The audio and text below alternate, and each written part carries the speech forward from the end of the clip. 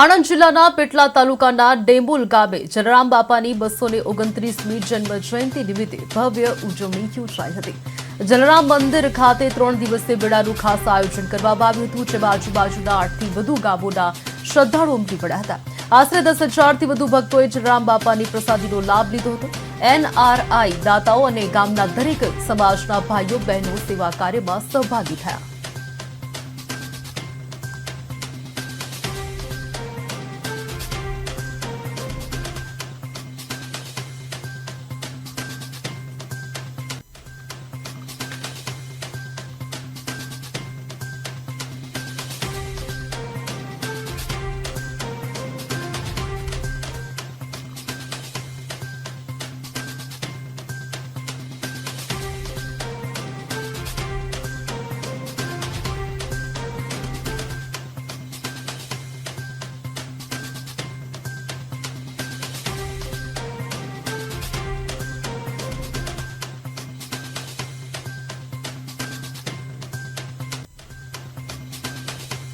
અને 229મી જન્મજયંતિ અમે ઉજવી રહ્યા છે, જેના પેટે અમારે મેરો જામે છે।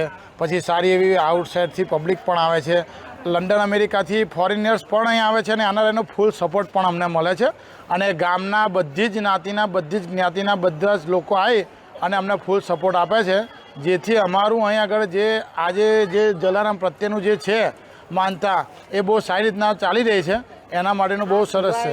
શું સેવાઓ આપવામાં આવે છે? આજે જલારામ મંદિરનું જન્મ જયંતિ હતી, જલારામ બાપાની 229મી, અને ધામધૂમથી અમે દર વર્ષે 26 વર્ષ થયા એમની સ્થાપના કરે, અને 26 વર્ષથી અમે આ જ રીતે ધામધૂમથી ઉજવીએ છીએ।